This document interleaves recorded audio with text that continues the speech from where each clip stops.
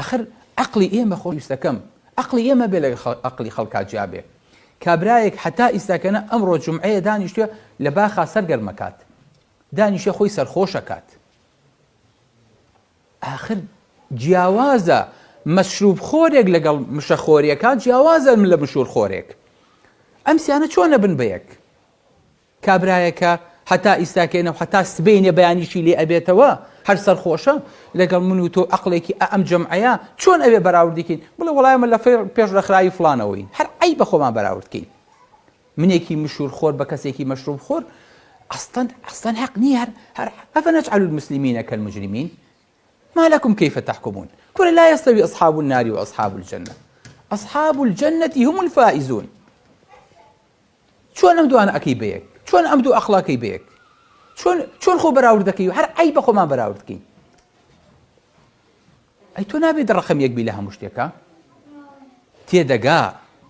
تێدەگا هەر کەس بکا فەهمی ڕموزی معنەوی.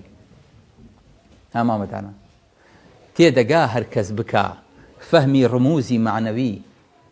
هیجر و وەصلە ئایەتی لا يستوي أصحاب النار وأصحاب الجنة.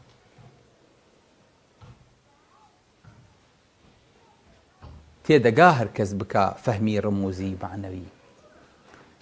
هیجر وەصلە نار و جەنەی ئایەتی لا يستوي. بەڵێ کەواتە خۆشەویستەکانم، ئەبێ ئێمە خۆمان نەبەراوردکەین بەوانە، نە بە هاوپیشە و هاوشان و نیدی خۆمانیان بزانین بۆ ئەوەی کە بڵین وەڵا ئێمە هێشتا لە پێشەنگین، ئێمە لە پێشەوەی. بەعکسەوە کە ئاوڕە وایە بۆ دواوە یعنی دواویت، یعنی خەڵکێ لە دوای خۆ تۆشکەبی. جاو کەسانی کە لە یاریە ئەوە ئاوڕێنە بۆ دواوە لە 100 مەتریە یەکسەر فەحسی منەشیطاتیان بۆکەن، ئەمە تەزویریان کردووە بۆیە ئەتوانی ئاوڕباتەوە بۆ ڕەفیقەکەی، چونکە ئاوڕیایە دواکەوێ. زۆر بەشیان لە منەشیطاتە دەرناچن، دەشوە هۆرمۆنی قووەتیان خواردەوە.